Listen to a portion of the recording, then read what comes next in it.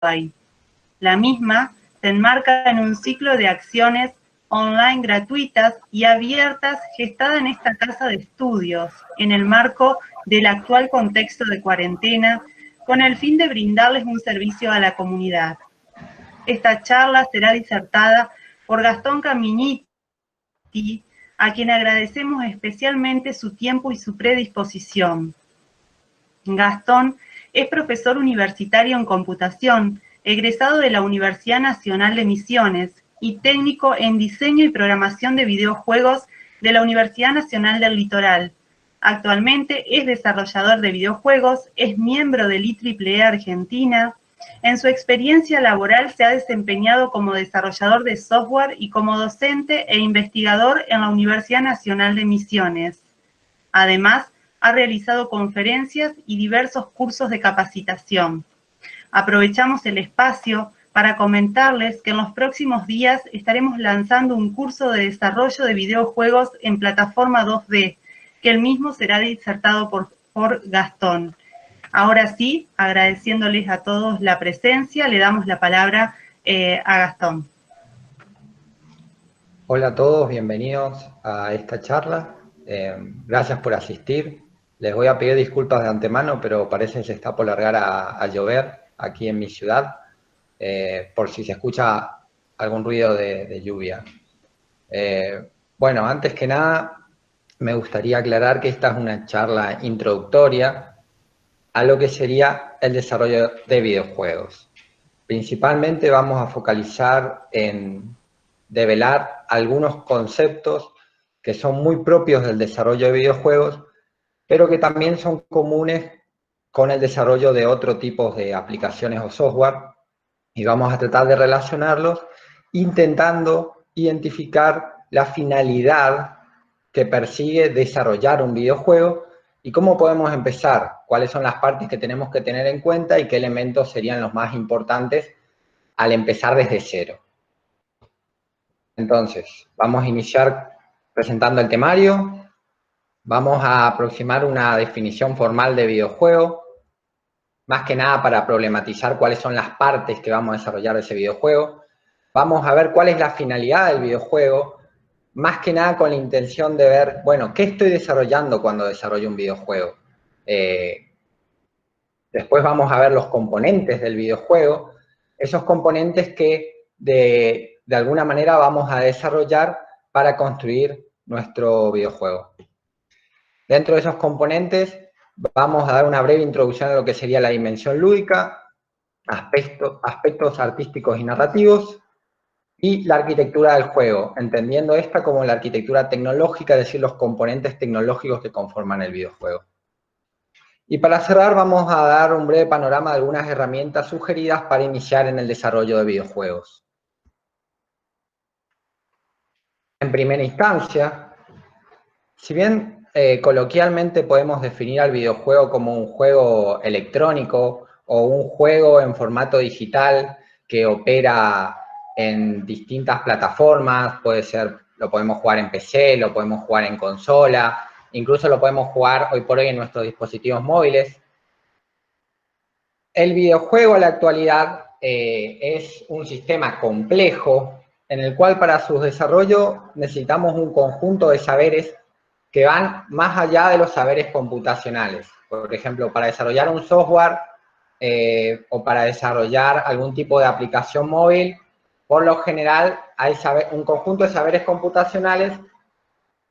En cambio, para desarrollar un videojuego, además de esos saberes computacionales, vamos a requerir un conjunto de saberes adicionales que están ligados tanto a la parte lúdica, desarrollar el componente lúdico del videojuego, y desarrollar también el componente artístico y en algunos casos narrativo. Bueno, estos componentes que nosotros juntamos en el videojuego tienen una intención. Nuestra intención con el videojuego es divertir. Y lo hacemos de una manera tal que pretendemos que el jugador se divierta de cierta manera al jugar nuestro videojuego. Además, dentro del juego, si entendemos el juego como un espacio virtual, el jugador no solo juega, sino que realiza otras acciones. Por ejemplo, interactúa con otros jugadores, comparte contenido, comparte progreso y también aprende. Aprende del propio juego, de las mecánicas que se le presentan, de la forma de jugar y aprende también de otros jugadores. Hoy por hoy es común ver jugar a otros jugadores para aprender a jugar. Entonces, el videojuego como tal, en una definición más contemporánea, podemos decir que empieza a develar matices cada vez más complejos.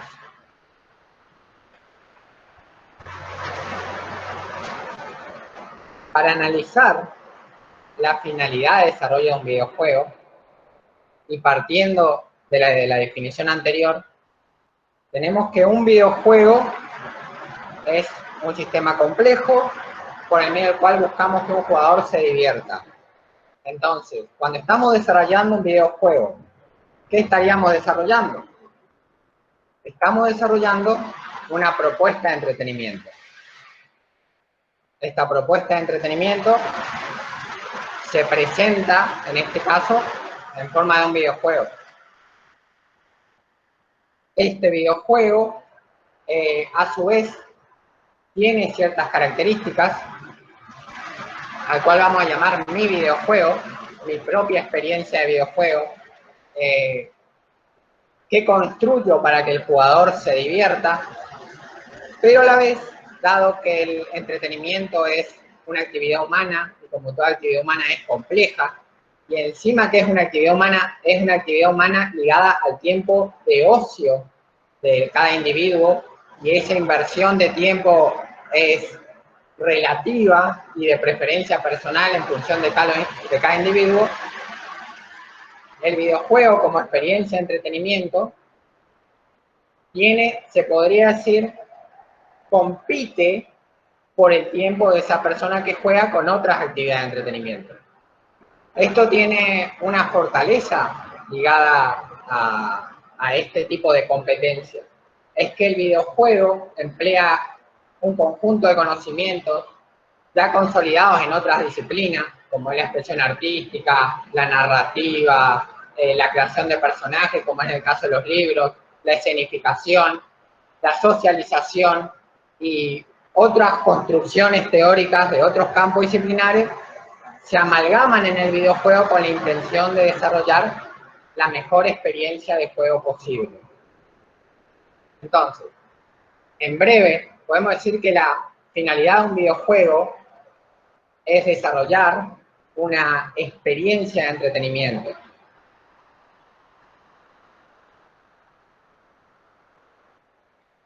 Y obviamente, cuando desarrollamos un videojuego, este videojuego se desarrolla buscando divertir al jugador, pero también nosotros como individuos que desarrollamos un videojuego, a partir de ahora, o sea, los que estamos aquí reunidos, tenemos la idea o queremos en algún momento desarrollar un videojuego. Entonces nosotros, como desarrolladores de videojuegos, tenemos una idea de algo que puede entretener a un individuo o a un conjunto de individuos. Tenemos un ideal de videojuego, una idea que nosotros consideramos que la vamos a desarrollar y esa idea va a ser divertida para quien la juegue. Esa interacción entre jugador-videojuego es lo que se define como el gameplay. Ustedes habrán visto en YouTube, por ejemplo, o en muchas plataformas, gameplay de X juego. Es una persona jugando un videojuego, grabándose y comentando sus apreciaciones sobre esa interacción. Esta es una forma simplificada de definir el gameplay del videojuego. Nosotros como desarrolladores de videojuegos conceptualizamos un gameplay cuando lo empezamos a desarrollar, es decir, conceptualizamos unas reglas, conceptualizamos cómo el jugador va a interactuar con esas reglas, creamos un montón de elementos más que vamos a ver a continuación, con la intención de generar esa experiencia de juego, ese gameplay, con el que el jugador se va a sentir identificado y sentir a gusto. Ahora bien, acá viene uno de los retos del desarrollo de videojuegos. Ese gameplay se construye desde la vista del desarrollador, pero a la vez es puesto a prueba en el juego del jugador. Entonces, ahí viene el interrogante, el verdadero reto del desarrollo de los videojuegos. ¿Cuál es el gameplay inapropiado para un jugador y un conjunto de jugadores? Para eso vamos a analizar un caso práctico. Esta imagen que ven a continuación es la evolución del videojuego Super Mario Bros., básicamente. Voy a decir del videojuego Super Mario Bros. Posicionándome en el inicio de la línea temporal, en 1985, cuando Shigeru Miyamoto, que es el diseñador de Super Mario, diseñó Super Mario Bros., el primero. Para los que no tuvieron la oportunidad de jugarlo, es un juego de plataformas, y de hecho es el juego de plataformas que marcó la senda para el género de juegos de plataforma. Entonces, este gameplay que ofrecía este videojuego es un gameplay muy característico, pero que ha ido evolucionando a medida que los jugadores jugaron Mario y a medida que los mismos desarrolladores y la misma empresa fue dando sentido a la franquicia de Mario. Entonces, acá viene la pregunta, ¿cuál es el verdadero Mario Bros? ¿Es ese Mario Bros que empezó en 1985? ¿O es este último Mario Bros que ya forma parte de un videojuego de pelea, como es Super Smash Bros, propuesto por otro diseñador de videojuegos, que es Sakurai, que se aleja un poco a lo que es el gameplay, de lo que es el Mario original? Pero aún así, podemos decir que si jugamos tanto el Mario Bros. De la plataforma 2D, el inicial, como el Mario Bros. Subido arriba del dinosaurio, como el Super Mario 64, o incluso lo jugamos como carácter en un juego de pelea, Mario sigue siendo Mario. Y ese sentido de gameplay, ese sentido de identificación con el personaje, implica que el gameplay, a medida que un videojuego, que una propuesta de videojuego va transitando distintos estadios, es decir, a medida que el juego se va desarrollando, el gameplay puede evolucionar. El objetivo de este ejemplo es mostrar, si bien ahora está mostrando distintas franquicias, porque esto cada uno es un videojuego, que el gameplay no es una idea estática, no es que diseño el videojuego, pienso mi videojuego una vez, sino que a medida que la gente va jugando mi videojuego, esa experiencia de entretenimiento se va nutriendo y va creciendo. Y esto, depende cómo se tome, puede ser una dificultad para el ciclo de desarrollo del videojuego o puede ser la motivación para desarrollar videojuegos. ¿Por qué? Porque, por ejemplo, cuando desarrollamos una aplicación o cuando utilizamos un software, dudo que ustedes por mero entretenimiento ingresen a un software de gestión para ver qué divertido es hacer facturas. Por lo general, cuando se desarrolla un software, ese software tiene que cumplir una funcionalidad. Tenemos una funcionalidad que queremos subsanar, un proceso que buscamos automatizar, y una vez que lo automatizamos de forma efectiva y nuestro software cumple con los requisitos que necesita el usuario, perfecto. De hecho, desde esta perspectiva es posible mencionar cuál es el mejor software para hacer algo. En cambio, en el videojuego es complejo decir cuál es el mejor videojuego, porque de vuelta lo mismo. Estamos ante el desarrollo de una experiencia de entretenimiento y esa complejidad que le suma la naturaleza diversa de los gustos de las personas, de sus actividades, de sus interpretaciones y de sus representaciones es lo que hace el videojuego una tarea tan desafiante de desarrollar. Bueno, ahora que entendimos la complejidad de la finalidad de este desarrollo de videojuegos, vamos a dar sentido a los componentes que desarrollamos en un videojuego. De manera simplificada, porque se puede abordar de distintas maneras en función de la bibliografía, podemos establecer que un videojuego tiene componentes lúdicos, artísticos, narrativos y tecnológicos. Los componentes lúdicos hacen referencia a la dimensión jugable del juego, es decir, a las reglas del juego, por lo general, en el ámbito se usa la palabra mecánica, a la mecánica del juego, a esa experiencia que se obtiene cuando se utiliza esa mecánica, a las dinámicas del juego, a los objetivos del juego, a la condición de victoria y derrota del juego, que vamos a profundizar ahora en la próxima diapositiva. En cuanto a los recursos artísticos, nos referimos a ese componente de representación del videojuego. Eso es, desde ya, cómo están hechos los caracteres en el videojuego, cómo se presenta ese mundo virtual al jugador. Eso va desde la paleta de colores hasta los elementos que se utiliza, hasta la iluminación. Ese conocimiento que forma parte de un conocimiento artístico y lo que queremos expresar. Y también existe un componente narrativo que puede ir o no de la mano con el componente artístico, y a su vez puede estar o no dentro del videojuego de forma implícita o explícita. Tenemos videojuegos que cuentan una historia, de hecho tenemos videojuegos de género narrativo, o tenemos videojuegos que no cuentan ninguna historia, pero a través de su simbolismo, a través de sus objetivos, se puede dilucidar cuál es el componente narrativo que dio sentido a ese videojuego. Incluso cualquier tipo de representación que nosotros incluyamos en un videojuego, por ejemplo, remitámonos a Super Mario Bros. La historia de un fontanero poco tiene que ver con la representación de Super Mario, pero sí vemos la narrativa de salvar a la princesa, una narrativa común de la narrativa del héroe que es muy explotada en los videojuegos. Y después, bueno, tenemos los aspectos tecnológicos. Esos aspectos son los aspectos que nos permiten a nosotros desarrollar el videojuego. O sea, es decir, llevar nuestra propuesta a un sistema digital que permita a otras personas experimentar tanto el sistema lúdico, como los aspectos artísticos, como los narrativos. Es decir, la arquitectura tecnológica que nos va a permitir a nosotros poner ese juego en la mano del usuario, del jugador en realidad, del jugador. Entonces, vamos a analizar brevemente estos aspectos.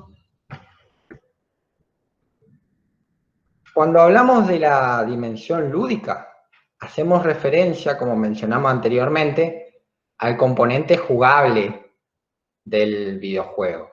Es decir, aquello con lo que el jugador interactúa de forma directa, no meramente expositiva, es decir, no es solo una exposición, sino que el jugador forma parte de ese juego. Y esa dimensión lúdica, obviamente, se puede estudiar desde muchas perspectivas. Una de ellas es estudiar la perspectiva de la dimensión lúdica del videojuego desde el juego. Es cierto que los videojuegos son algo reciente, si lo comparamos con la historia de la humanidad, pero el juego en la humanidad tiene una data probablemente a los orígenes de la humanidad y un estudio también de la misma magnitud. Entonces, para introducir nuestra dimensión lúdica, vamos a hablar de algunos aspectos puntuales que por lo general son comunes a todos los videojuegos. Uno de ellos son las mecánicas. Todos los videojuegos tienen algo que el jugador puede hacer dentro del videojuego. Si no, no es un videojuego. Si el jugador no puede interactuar de alguna forma con ese universo virtual que se le presenta, es un mero universo que expone algo más parecido a una película que a un videojuego. Entonces, las mecánicas son ese conjunto de acciones que están delimitadas. ¿Y por qué ellos están delimitadas? Están delimitadas por un desarrollador. En realidad, la figura que delimita la mecánica en el desarrollo de videojuegos es el game designer o algún derivado de diseñador de videojuegos, porque hay muchos. Hay game designer, hay diseñador de gameplay, diseñador de niveles, y se va ramificando. Pero la cuestión es que hay una persona que define una mecánica que es un grado de libertad, se puede decir, de lo que el jugador puede hacer en mi universo virtual. Y después hay una dinámica que es lo que ocurre cuando el jugador utiliza esa mecánica o un conjunto de mecánicas en el universo virtual. Y acá viene quizá una de las máximas diferencias del videojuego con cualquier otro tipo de aplicación o software. Cuando el videojuego se ejecuta y el jugador está jugando el videojuego, él tiene las posibilidades que le brinda la mecánica, pero también tiene las posibilidades que él puede descubrir.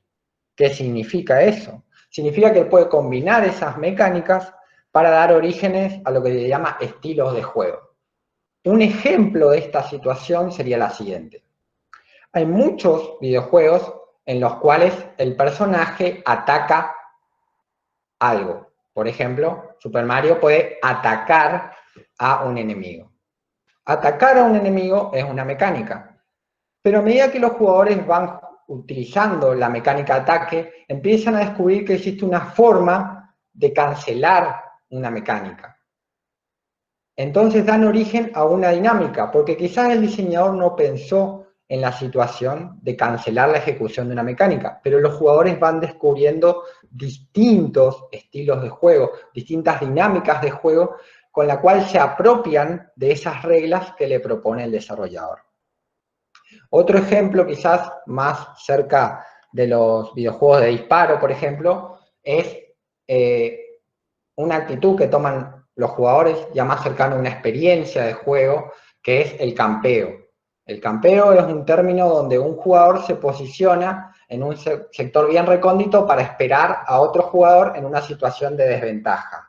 Entonces, es cierto que hay videojuegos donde los desarrolladores plantean mapas que den orígenes a esas dinámicas y por consiguiente a esas experiencias de juego y estéticas de juego, o sea, sentimientos de juego.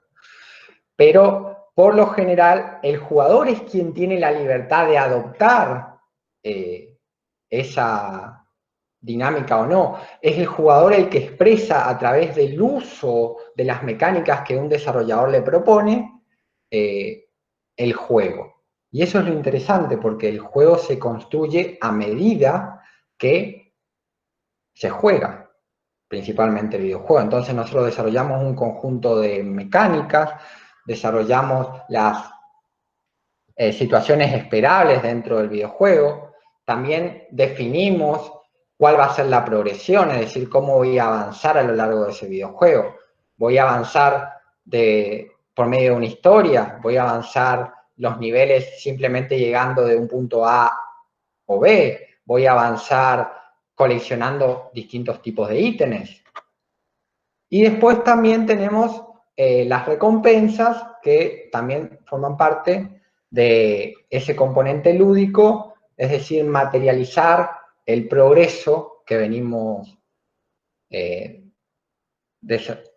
llevando a cabo en el videojuego de una manera más gratificante y de una forma simbólica directa.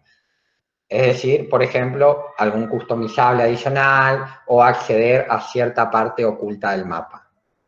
Lo interesante de esta dimensión lúdica es que esta dimensión lúdica es su propia dimensión de desarrollo dentro del videojuego.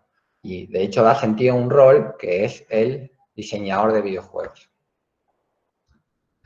Después tenemos los aspectos artísticos y narrativos del videojuego, que los vamos a acoplar en esta dimensión de análisis con la intención de abordarlos de forma más relacionada. Vamos a utilizar un ejemplo para esto, vamos a utilizar un ejemplo de un videojuego contemporáneo, que es el videojuego League of Legends. Utilizamos el ejemplo del desarrollo de un campeón para abordar aspectos artísticos y narrativos. ¿Por qué? Porque los desarrolladores se encargan de publicar las decisiones que utilizaron para desarrollar A o B componente, y es una herramienta muy útil para toda la gente que se dedica o se quiere dedicar al desarrollo de videojuegos, buscar cuáles son las decisiones que motivan el desarrollo de ciertos componentes. ¿Por qué? Primero, porque es un campo disciplinar, el desarrollo de videojuegos, de reciente creación en comparación a otros campos. Eso por un lado. Segundo, porque como dijimos, un videojuego percibe una experiencia de juego. Entonces, en ese sentido, las decisiones artísticas y narrativas tienen que ir alineadas a esa experiencia. De hecho, es muy común en un videojuego sacrificar, por ejemplo, optimización del videojuego, sacrificar fluibilidad del videojuego, sacrificar un montón de componentes en pos de hacer que la experiencia sea lo que sea, en pos de hacer que un personaje se vea como queremos que se vea. Entonces, vamos a analizar lo que serían los aspectos artísticos comunes que pueden verse en el caso de desarrollar un campeón. En este videojuego, un campeón es muy similar a un personaje principal en cualquier tipo de videojuego. Por lo general, una elección artística y también de índole narrativo es el concepto. El concepto del videojuego es lo que este personaje va a representar en nuestro videojuego. Este personaje se llama Orm, es un campeón de este videojuego dentro de más de 100, en un videojuego donde hay más de 100 campeones. Y se supone que cada campeón brinda una experiencia de juego particular en este sentido. Cuando se desarrolló el concepto de este concepto se desarrolla de forma iterativa. Es muy difícil desarrollar un concepto de un personaje de un solo plumazo. Por lo general se busca transmitir la presencia de ese personaje desde distintas dimensiones. Por ejemplo, el concepto de este personaje que ustedes ven acá terminado inició como algo que era una forja viviente, un golem de lava y un herrero. Si ustedes ven el personaje así, quizás no les indica nada de eso en su foto de perfil, pero en la experiencia de juego es lo que buscaba el diseñador en su inicio y lo que quedó es lo que vamos a ver a continuación. Para acompañar este concepto, los conceptos vienen acompañados de ciertos elementos que nos van a favorecer a la inmersión en el videojuego. La inmersión en el videojuego es ese sentimiento de sentirnos enganchados por el videojuego y hay factores que desarrollamos para garantizar esa inmersión. Uno de ellos es el componente musical. Como pueden ver, en este videojuego se pretende tener una música que identifica a cada campeón. En la mayoría de los casos existe, en otros no. Pero para este campeón particular existe incluso uno o dos temas que lo representan. Esto contribuye a la inmersión ¿de qué manera? Bueno, no solo identifico la música que corresponde a un concepto en particular, sino que encima lo siento más elaborado, lo siento más inmersivo. Forma parte de ese conjunto de experiencias que quiero obtener al jugar este campeón. Ahora bien, esto es algo que desarrolla alguien. Alguien tiene que desarrollar esta partitura. Y el conocimiento de música para videojuegos también es un campo disciplinar en construcción que es muy interesante a tener en cuenta, que le añade una complejidad en el desarrollo. Después tenemos la narrativa o la historia, que puede formar parte del campeón estando en el videojuego, o puede conformarse alrededor del videojuego de alguna manera, la palabra que se utiliza es transmedia, de alguna manera de generar un ecosistema de historias que dan sentido al personaje en el videojuego.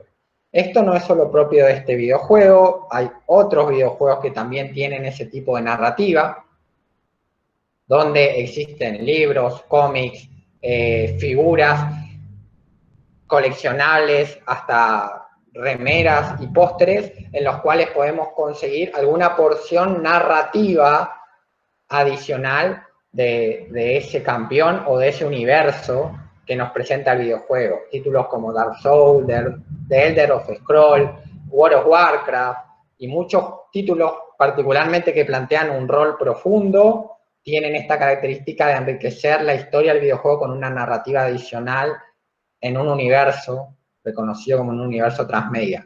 Pero también la historia puede estar dentro del videojuego en caso de texto puramente escrito que nos detalla más sobre el campeón, o en diálogos entre personajes, o en interacciones de tipo no verbalizadas, como gestos, entre uno o más elementos del videojuego, personajes del videojuego.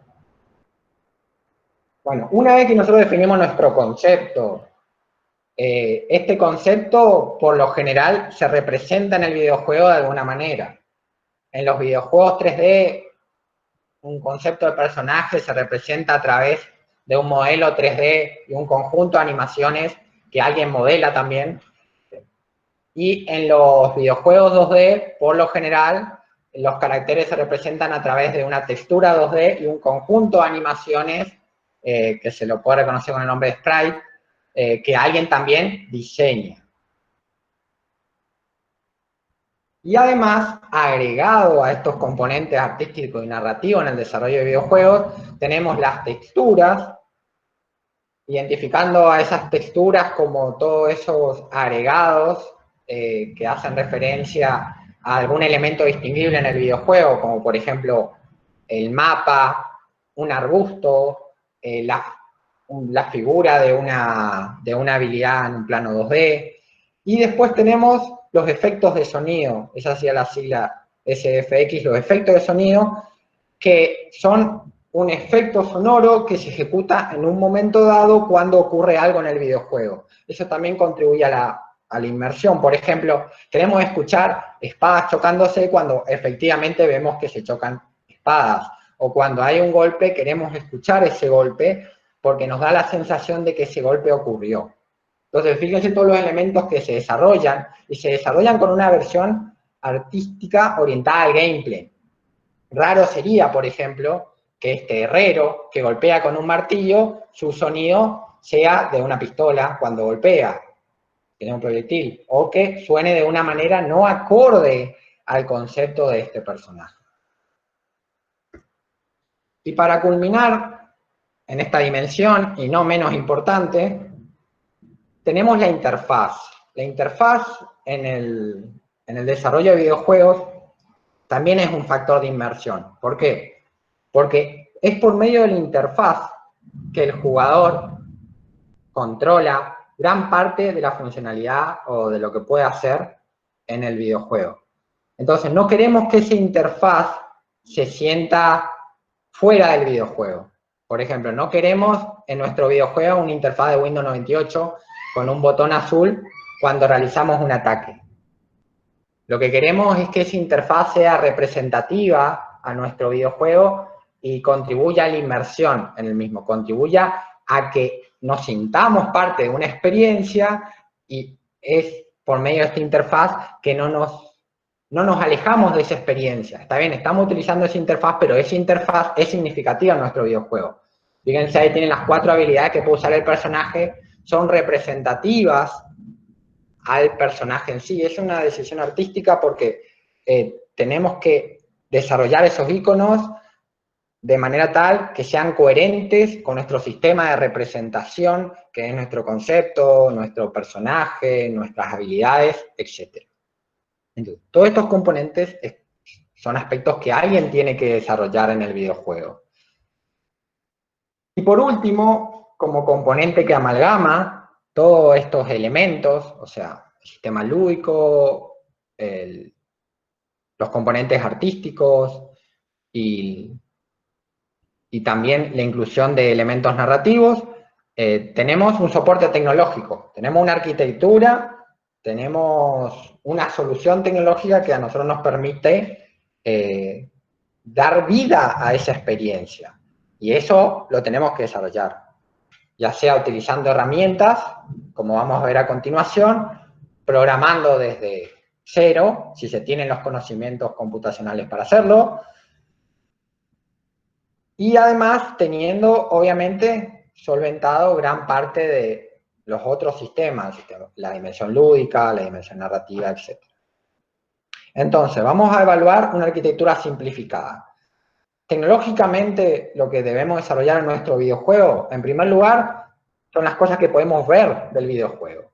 El display, o sea, lo que podemos ver en la pantalla. Podemos identificar a la escena como todo lo que se presenta ante nosotros cuando estamos jugando. Entonces, todo lo que se presenta ante nosotros cuando estamos jugando, que forma parte de esa escena, son el nivel, los caracteres, los elementos que forman parte del paisaje, los elementos que recogemos. Por lo general se le menciona escena haciendo alusión al tema de la escena de teatro como algo dinámico, o sea, no es estático lo que estamos haciendo ahí, es algo que se presenta en la pantalla de forma dinámica, eso reacciona. Y en muchos motores de videojuegos, la unidad para generar esa representación tecnológica se asocia a la palabra escena. Después tenemos las interfaces, esas interfaces también tenemos que desarrollarlas de alguna manera, y bueno, necesitamos que esas interfaces no solo formen parte del videojuego, sino que también necesitamos que esas interfaces utilicen esos recursos de grado artístico, como vimos los iconos, esos recursos se suelen llamar assets, y poder importarlos a nuestro videojuego y tener la tecnología para que formen parte del videojuego. Y después, quizás no tan común, pero sí existente, tenemos los videos. Hay juegos que tienen cinemáticas para enriquecer el componente narrativo, hay juegos que tienen cinemáticas introductorias para situar al jugador en el tipo de videojuego que está a punto de vivenciar, pero bueno, el video ya implica reproducir un contenido ya más estático que puede tener un grado de interactividad o no, por ejemplo, mediante una elección para saltar a otro video, pero a la vez es una tecnología distinta que hay que incluir en nuestra arquitectura tecnológica. Después tenemos todo lo que podemos oír, que también tenemos que desarrollar de manera tecnológica, tenemos que dar soporte a la música que vamos a ejecutar en ciertos lugares del videojuego, es decir, cuando estemos en cierto nivel, probablemente tengamos una música de cortina, probablemente cuando nuestro bioma cambie o nuestro nivel avance a otro estadio, quizás tengamos otro tipo de música a ejecutar, a la cual tenemos que dar soporte, un soporte tecnológico. Y después también tenemos ese soporte a los sonidos, que esos sonidos por lo general se disparan cuando se ejecutan en algún momento del juego por medio de una acción del jugador. Por último, en esta dimensión, no menos importante, hay videojuegos que utilizan diálogos. Esos diálogos son una voz humana pregrabada que forma parte de una pista de audio que incluimos en el videojuego, o también puede ser una voz sintetizada a partir de un sintetizador de voz, que en algunos casos hay tecnología incluida dentro del videojuego, en algunos casos son tecnología externa. Y por último tenemos lo que no podemos ni ver ni escuchar, y es lo que pasa detrás de escena del videojuego, que es el procesamiento. Y ese procesamiento es una dimensión mucho más densa de lo que se muestra acá en esta arquitectura simplificada, pero en primer lugar implica los controles, es decir, tenemos que definir cómo vamos a controlar esa interactividad que nos presenta el videojuego, tenemos que programar esos eventos, esas respuestas, cuando ocurra un tipo de control o un tipo de cambio de estado en el videojuego, y también tenemos que valernos de una herramienta o de una solución tecnológica que nos permita simular. Ustedes dirán, bueno, ¿qué vamos a simular? Bueno, la mayoría de los videojuegos tienen, por ejemplo, simulaciones físicas. Cuando Mario salta, hay que hacer el cálculo de ese salto. Ese cálculo es un cálculo simulado, simplificado, en un entorno virtual, acotado a sus propias variables de simulación. La simulación de los videojuegos es una simulación que no es una simulación, por ejemplo, de una simulación de sistemas físicos que tiene en cuenta muchos más variables de las que podemos llegar a tener en cuenta, por ejemplo, para simular el salto de Mario en la dimensión 2D. ¿Luego?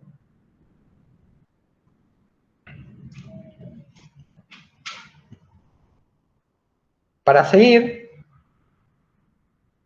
tenemos por último las herramientas de desarrollo.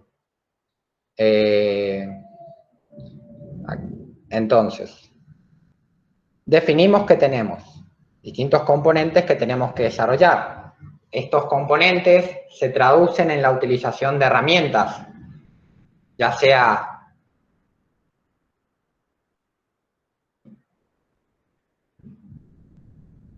herramientas para desarrollar la parte tecnológica de nuestro videojuego, para desarrollar las artísticas.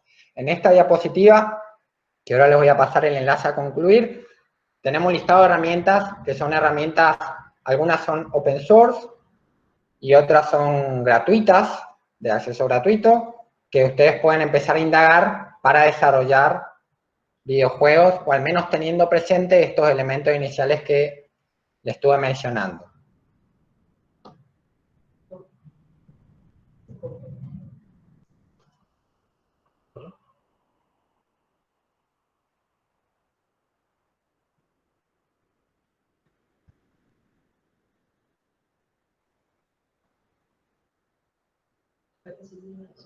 ¿Me ven bien? Sí, se ve perfecto. Ah, perfecto. Pero ahí dejaste de compartir. Sí, sí. Acá se está alargando la tormenta por eso, entonces por las dudas preguntaba. Bueno, entonces, para concluir, el tema de las herramientas. Una de las herramientas características con la que iniciamos el desarrollo de videojuegos es el motor de videojuegos. El motor de videojuegos es una solución tecnológica que por lo general busca dar respuesta al desarrollo de todos esos componentes que mencionamos, al menos desde su perspectiva tecnológica. Hay motores que tienen, por ejemplo, recursos tienen herramientas para hacer recursos artísticos, algunas texturas, algunas animaciones, pero por lo general el motor lo que permite solventar es el producto tecnológico, desarrollar los componentes de nuestro videojuego para publicarlos. Acá tenemos 3 motores. Yo recomiendo el motor Godot. Es un motor tanto 2D como 3D, es un motor open source. Y también existe el motor Unity y el motor Unreal. Estos 3 motores por lo general conforman las posibilidades, la mayoría de las posibilidades que ustedes disponen sin necesidad de una inversión inmediata de dinero para desarrollar su videojuego. Después hay motores privativos de licencia restrictiva que ustedes pueden adquirir de otras empresas, pero bueno, ahí implica realizar un desarrollo inicial. Para comenzar, recomiendo Godot o Unity. Después tenemos editores gráficos. En estas herramientas están situadas esas herramientas que nos permiten diagramar y dibujar caracteres y también editar imágenes, porque hay mucho lo que sea edición de textura dentro de lo que sería el desarrollo del componente artístico del videojuego.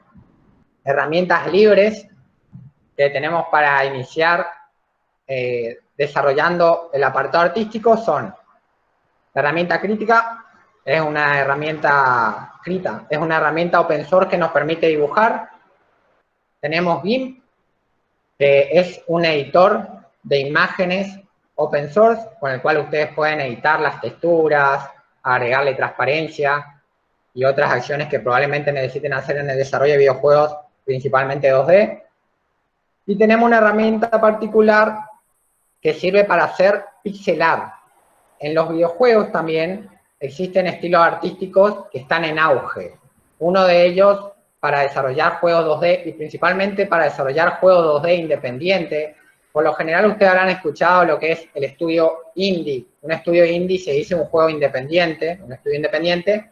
Muchos estudios indie empiezan a desarrollar videojuegos en pixel art o a desarrollar videojuegos con un apartado artístico dibujado, ya que el desarrollo 3D implica cierta complejidad, tanto para el modelado como también para los recursos que se necesitan para desarrollar un videojuego 3D. Una herramienta para empezar con pixel art es la disponible aquí. Esta es gratuita, después hay otras de pago como AceSpray o Pixel Edit que están también muy acordes a la finalidad de desarrollar pixel art para videojuegos 2D. Después tenemos, en el caso de dedicarnos al desarrollo de videojuegos 3D, herramienta de modelado. Tenemos Blender como una opción para desarrollar modelos 3D con una herramienta open source. Tenemos Magic Voxel, que anteriormente les mencioné que el pixel art es un estilo artístico en 2D. Bueno, el voxel es muy similar a operar como el pixel art, pero en el 3D. En el pixel art nosotros dibujamos pixel por pixel toda la imagen. En el voxel dibujamos figura geométrica por figura geométrica, por lo general cuadrado por cuadrado 3D, todo nuestro carácter. Y después, lamentablemente, herramientas de modelado no hay muchas open source que sean viables para el desarrollo de videojuegos. Existe una tendencia a utilizar herramientas de pago que nos solventan muchas de las situaciones que tenemos cuando desarrollamos videojuegos 3D. Y una de las más difundidas es la herramienta Maya, la cual ahí está el enlace, que tienen una versión de prueba en el caso que les interese el modelado 3D y quieran indagar. Para concluir, tenemos editores de audio o sintetizadores y también una herramienta para generar efectos de sonido. Traté de agrupar todo en categorías más generales, pero claro, cada herramienta tiene a la vez una aplicación más específica. Pero para empezar, por ejemplo, pueden empezar editando pistas de audios de terceros, siempre que sean gratuitas y libres de derechos, con Audacity. Pueden componer su propia música con LMMS, o pueden utilizar esta herramienta que se llama SFXR para incluir pequeños efectos de sonido en un videojuego. Esta herramienta es muy sencilla, le da una interfaz con la cual pueden ir ecualizando el efecto de sonido para generar un efecto de sonido muy sencillo para incluir en su videojuego. Por último, y para concluir, porque viene la tormenta, algunos recursos adicionales. Como les comenté, formo parte del Game Technical Committee, un comité de videojuegos Argentina. Somos una organización sin fines de lucro que nos dedicamos al estudio de los videojuegos, tanto en el ámbito del desarrollo como en su aplicación académica. Si les interesa saber, si les interesa probar un videojuego que estoy desarrollando yo, dejo el contacto del videojuego que estamos desarrollando. Se llama Verdandi North Legend. Es un juego hecho en Godot. Estamos en una fase alfa. Nos gustaría tener contar con un detalle de su experiencia de juego. Después tenemos un tutorial. Estoy escribiendo una serie de artículos que se llama Godot Engine Series, por si quieren empezar a desarrollar videojuegos ya con un motor.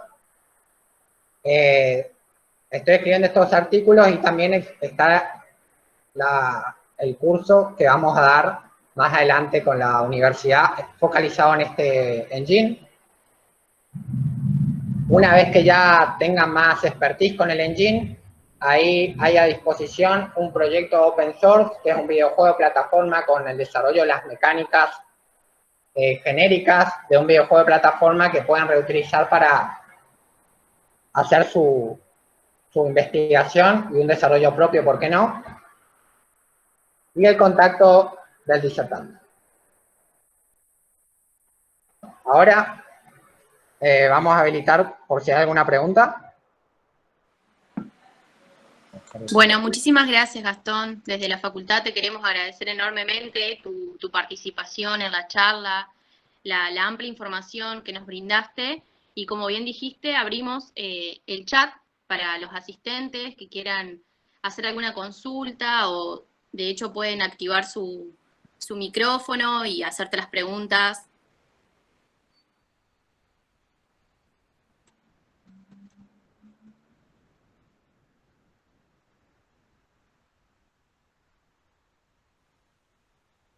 Si alguien tiene alguna consulta, como les decía.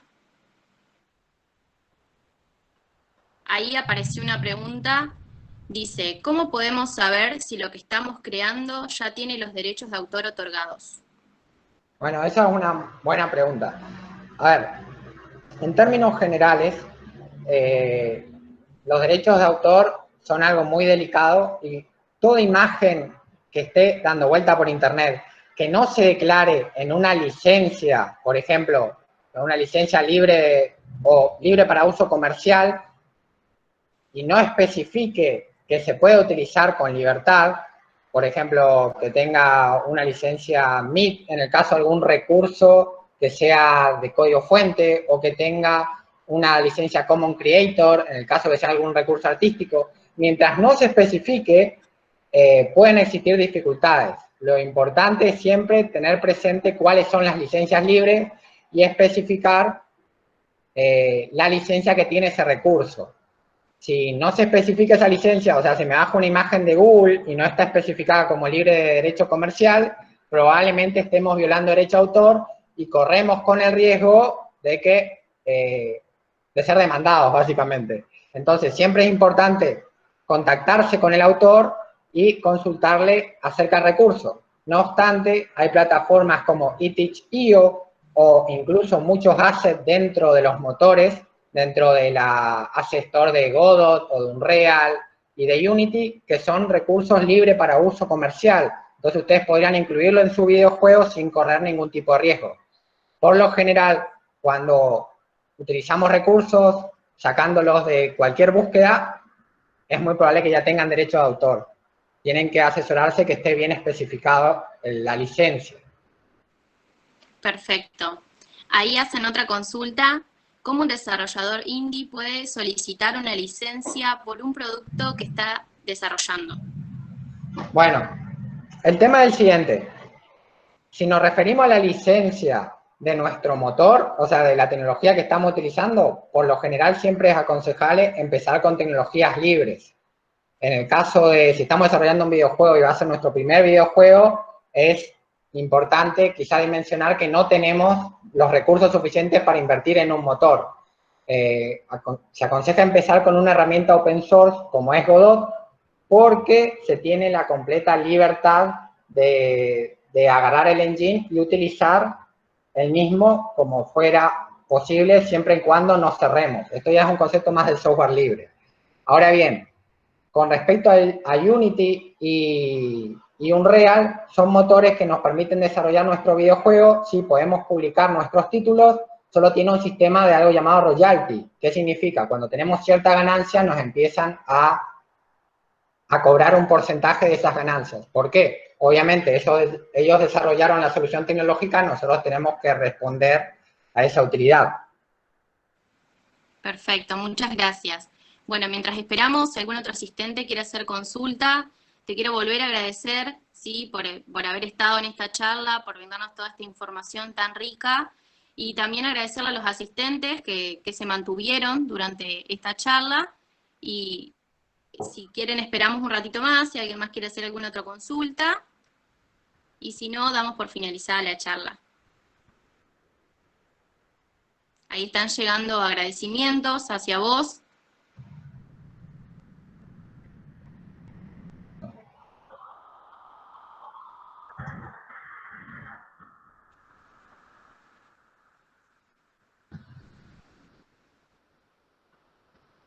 Ahí viene otra consulta.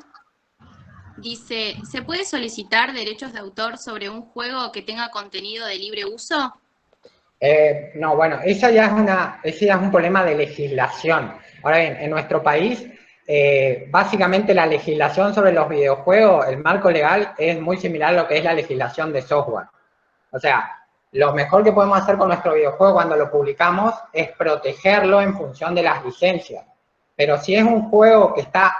A ver, si es un juego open source, que se publica como juego open source, la misma licencia, por ejemplo, una licencia MIT, te imposibilita cerrar el videojuego. O sea, técnicamente vos no podés reclamar derechos de uso sobre un videojuego que es libre, porque el videojuego ya es libre. Ese ya es un aspecto más legal propio de la licencia con la que se publica.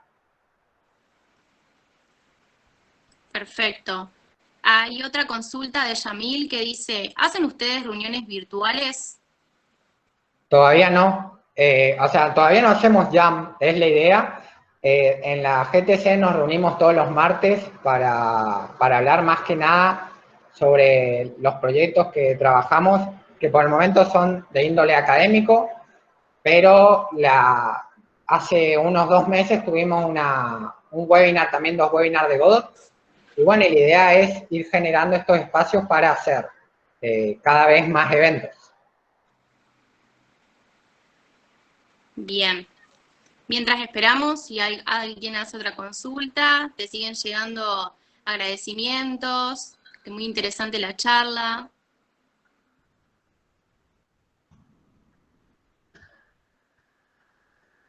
Si alguien, como decía, quiere activar su micrófono y hablar, no hay problema.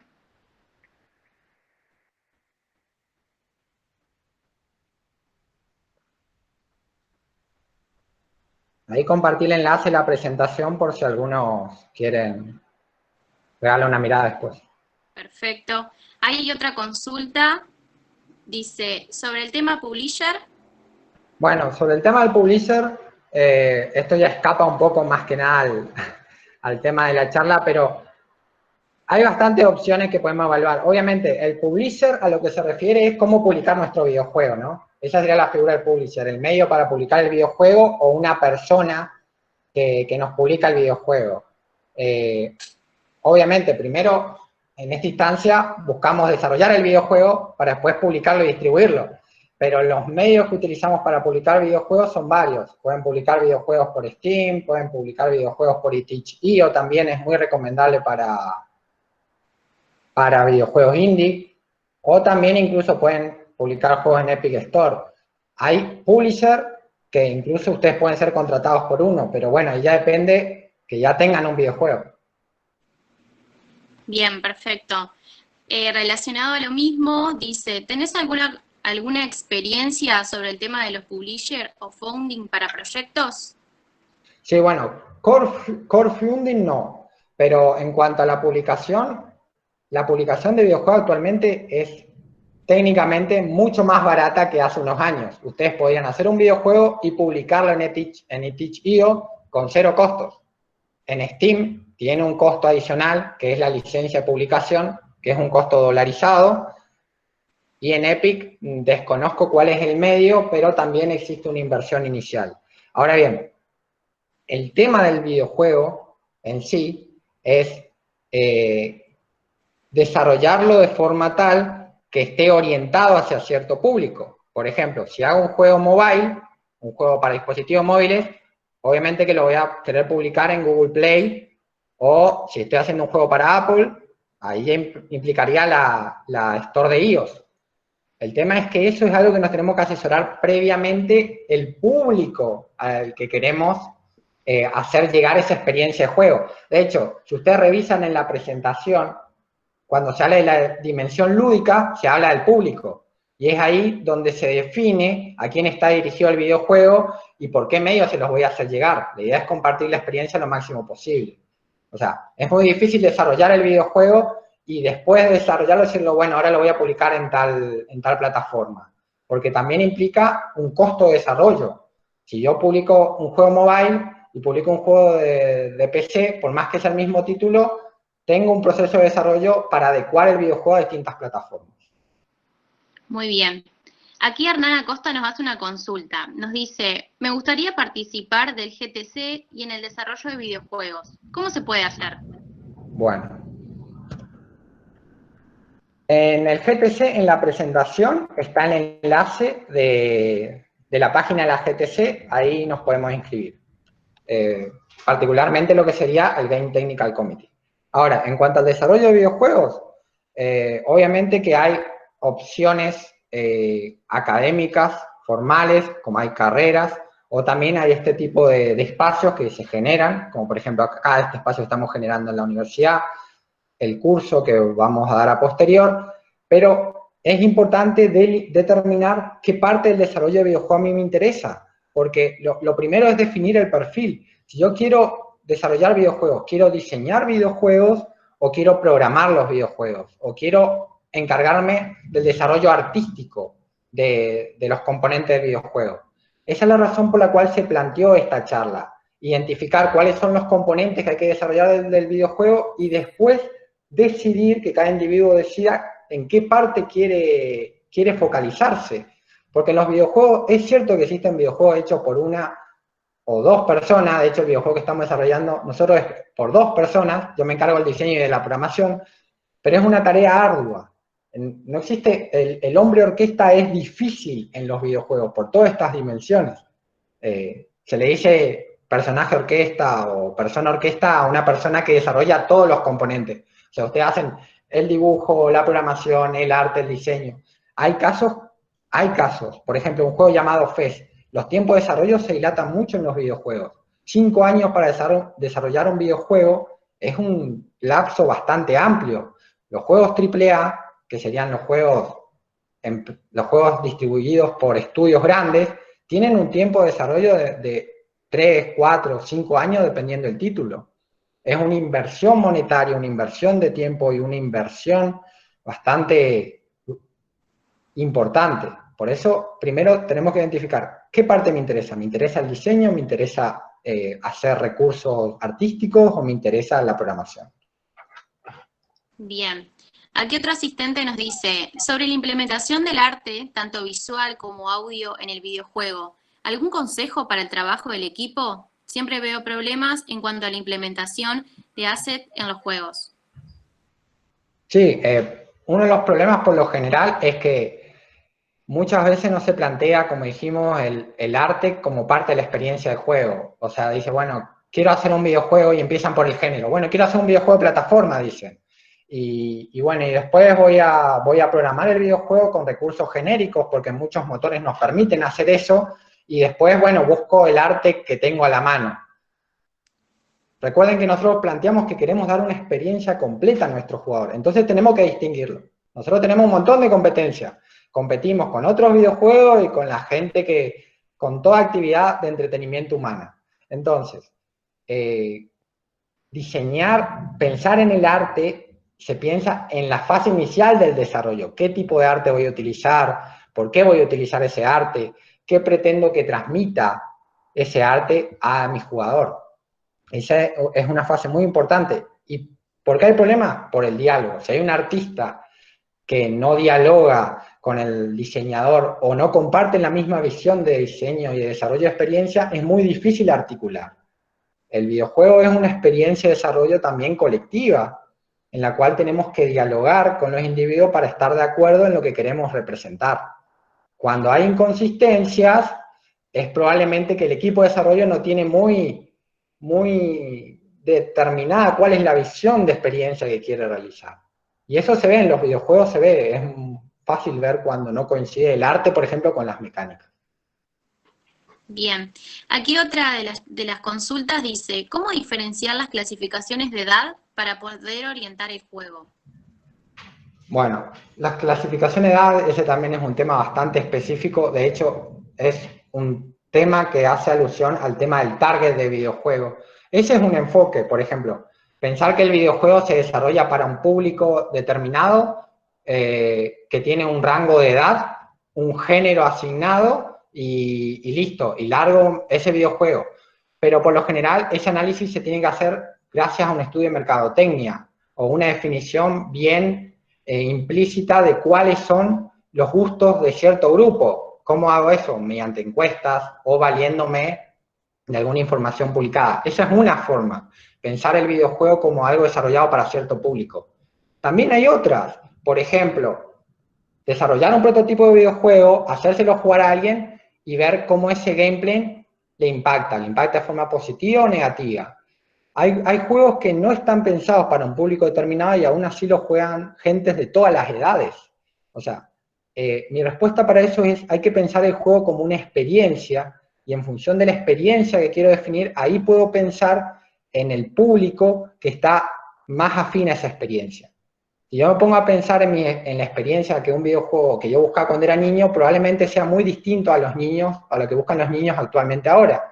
Entonces, ¿cuál es la forma de saber si el videojuego gusta en cierto público? Jugar a cierto público.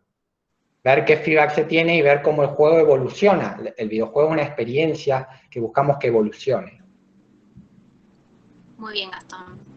Una última consulta tenemos, dice, ¿cuáles serían los pasos para, de hecho, vivir del desarrollo y salir del ámbito vista y orientarse 100% al mercado? Bueno, está bien. Esa pregunta está muy bien. Supone que el videojuego tiene como finalidad el mercado. O sea, es un videojuego exitoso si yo puedo monetizar ese videojuego. Pero lo cierto es que los videojuegos han evolucionado de tal manera que el videojuego no solo se define un buen videojuego porque tiene un éxito comercial. De hecho, fíjense una cuestión que está pasando en este momento. Hay muchos juegos que se están largando en versión remaster. La versión remaster de los videojuegos es un videojuego viejo adaptado porque hay videojuegos nuevos que tienen un montón de inversión, que tienen un estudio muy capacitado, que no satisfacen la demanda de experiencia de cierto grupo, más ahora en situación de emergencia sanitaria donde estamos en nuestra casa y tenemos la necesidad de compartir y de vivir esas experiencias. Ustedes vayan a Steam, por ejemplo, y fíjense en los últimos títulos y van a ver la cantidad de juegos remaster o juegos viejos, no pensados para un público objetivo actual, no pensados para este contemporáneo, que se siguen jugando. Entonces la pregunta es, para trabajar en los videojuegos, obviamente, que como cualquier cosa necesito generar ganancias. ¿Cómo empiezo? Empiezo a corto plazo, empiezo pensando en la experiencia que quiero generar en mis jugadores. Las primeras ganancias pueden costar en conseguir tanto en los videojuegos como en cualquier trabajo. Por ejemplo, hacer desarrollo de software es lo mismo. Iniciás con software pequeños, monetizás de alguna manera hasta que consigues tu primer cliente. El tema es que el videojuego, al ser más amplia la competencia, muchos se focalizan en determinar el éxito por una versión mercadotecnia. O sea, si vendí tales títulos, mi juego es exitoso. Si no, mi juego no es tan exitoso. Entonces, ¿cómo empezar? Primero, focalizándonos en las experiencias y buscando hacer llegar esa experiencia a la mayor cantidad de gente posible. Y la pregunta es, si nosotros buscamos ganancia inmediatamente en nuestro videojuego, tenemos que entender que el videojuego es un producto que se desarrolla con ganancia a largo plazo. Como ya mencioné, un estudio AAA tarda bastante tiempo en desarrollar un videojuego. Cuando desarrolla un videojuego muy rápido, con una franquicia exitosa que ha pasado, por lo general termina perdiendo dinero. Entonces tenemos que ver el desarrollo de videojuegos como algo a largo plazo, que puede ser muy gratificante, pero que también tiene que planificarse con una intencionalidad de generar una experiencia que permita captar jugadores. Y ahí vamos a saber cuándo nuestro videojuego es exitoso, no por las copias que vendió, sino por la cantidad de jugadores que tiene. Esa es la respuesta que puedo dar a esa pregunta. Muy bien. Tenemos una nueva consulta que dice, ¿pueden quitarte los derechos de propia autoría por ser similar a una ajena? Bueno, de vuelta a esta dimensión. El tema es que los videojuegos, en el aspecto legal en la Argentina, son afines a la ley de software. Ustedes pueden ir a la página de derecho de autor de la Argentina, no recuerdo cómo se llama, y registrar un software, y ahí estarían amparados, protegiendo su producto, describiéndolo.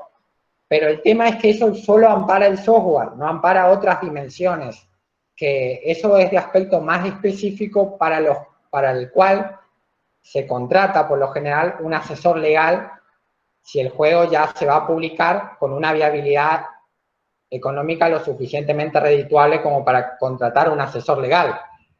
Inicialmente, ¿qué podemos hacer? Asesorarnos en todo recurso artístico de nuestro interés que nosotros desarrollamos, librarlo en copyright, y obviamente si nosotros utilizamos tecnología libre, nuestro videojuego es de uso comercial, la tecnología que desarrollamos podemos elegir liberarla o no, lo que no podemos hacer es agarrar tecnología de otra persona y cerrarla y venderla. Eso es lo ilegal, pero mientras nosotros desarrollemos dentro de la legalidad, nosotros podemos proteger los derechos de nuestro videojuego. El problema es querer tomar derechos de otro videojuego. Eso es una situación un poco más densa que da lugar para otra persona que es más docta en aspectos legales. Bueno, si nadie más tiene ninguna consulta, te agradecemos, muy claras tus respuestas. Siguen llegando agradecimientos. Yo tengo una pregunta. Muy bien. Así, consejos para hacerse conocido, digamos. O sea, haciendo juegos gratis, pero para hacerse conocido para que la gente lo juegue, digamos. Y es difícil, yo busco hacerme conocido, mucho gusto.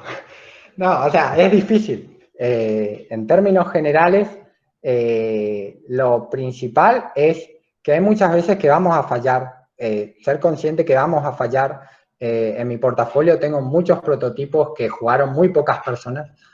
De vuelta a lo mismo, el tema es pensar en que queremos desarrollar experiencias. Y la mejor forma que puedo recomendar es participar en Game Jam. Por ejemplo, en eTeach.io hacen un montón de Game Jam. Una de las Game Jam que a mí más me gusta es la de Game Jam de Godot, que hacen todos los meses. Es una Game Jam, la Game Jam más larga, se supone. Y si alguno está familiarizado con lo que es una Game Jam, es una especie de evento donde se propone un concepto y ustedes tienen que desarrollar un videojuego. Y ese videojuego es votado y es jugado por personas. Y hay muchas personas que juegan esos videojuegos. Mi consejo es probar diseñar experiencias. Probar ya con los conocidos lo que tenemos a mano, mostrarle un videojuego, formar parte de grupos, por ejemplo, tanto el Game Technical Committee como algunos otros grupos, la comunidad de desarrolladores argentina, hay organizaciones en Argentina que se dedican a esto. Pero el principal problema que veo yo es que no solo juzgar nuestra expertise o nuestro éxito en el desarrollo de nuestros videojuegos por la dimensión comercial. O sea, el videojuego tiene una finalidad un poco más amplia que llenarnos de ganancia. Entonces, como dijimos, es más denso. Por ejemplo, hoy por hoy se habla de los fines educativos del videojuego. Se habla de los fines de la finalidad saludable del videojuego. Hoy por hoy se dice, en esta situación, ¿no?, de cuarentena, que el videojuego es positivo. Y si ustedes ven, hace 20 años atrás decía que el videojuego es negativo. Entonces, hay situaciones que nosotros tenemos que juzgar de esta actividad si nos queremos dedicar, es que es una actividad compleja y que tenemos que empezar desarrollando experiencias. Y como le digo, el diálogo es muy importante. Entonces, ¿cómo podemos hacernos más conocidos? No teniendo miedo a compartir, compartiendo nuestras experiencias desarrolladas y buscando que alguien lo juegue y tratar de mejorar. Porque el videojuego, como dijimos, es un producto complejo y desarrollar una experiencia muchas veces no termina siendo lo que planteamos inicialmente que es.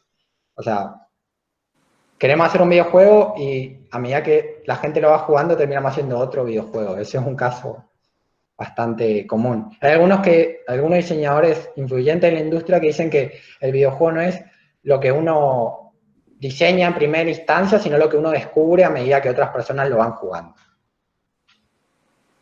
No responde mucho la pregunta, pero espero que sea utilidad. No, sí. Ya hay que ir desarrollando nomás, ir participando en jams y como pinte. Pues hay mucha competencia, así como dijiste, no queda otra. Sí, hay mucha competencia. Y también muchas veces un videojuego lleva su tiempo en conseguir una base de jugadores.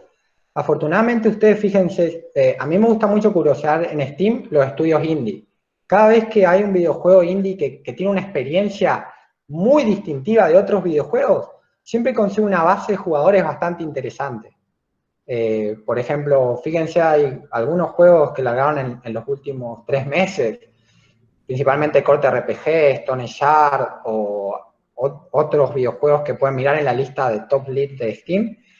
Y son videojuegos que están en una fase de desarrollo temprana, con temprana me refiero a que hace un año que se están desarrollando, y que empiezan a construir su base de jugadores con la promesa de cierta experiencia. Y al fin y al cabo vemos este modelo de negocio y decimos, esto nos cierra porque están vendiendo un videojuego que todavía no está terminado. O sea, ahora empiezan el tema de las alfa beta, del early access. Decimos, esto nos cierra, pero a la vez para mí es curioso porque es un videojuego que está mutando con el jugador, ¿no? O sea, el jugador adquiere ese videojuego y lo empieza a transformar. Lo empieza a transformar con su juego y hay desarrolladores que están escuchando a los otros jugadores de manera más directa. Por eso dicen que los videojuegos indie en ese caso son más humanos, porque si ustedes se fijan, juegos AAA como Call of Duty, Assassin's Creed, ya tienen la receta, ¿no? O sea, la gallina de oro ya está bien determinada y tienen flujos muy estrictos de desarrollo. Y la innovación es compleja en esos videojuegos, pero a su vez la experiencia ya se sabe lo que uno va a comprar, ¿no? Entonces, en ese sentido, es complejo. Bueno. Muy bien. Ya no tenemos ninguna otra consulta, así que te agradecemos tu predisposición y le agradecemos también a los asistentes. Desde la facultad estamos muy agradecidos de tenerte con nosotros, Gastón, y poder estar virtualmente conectados. Así que les agradecemos a todos y damos por finalizada la charla. Muchas gracias a todos por asistir. Les quiero recordar que por favor cuídense, quédense en casa y ahí hay un montón de enlaces que pueden curiosear para seguir indagando en el desarrollo de videojuegos y estén pendientes que próximas iniciativas saldrán desde este espacio. Muchas gracias, gente. Muchas gracias a vos. Hasta luego.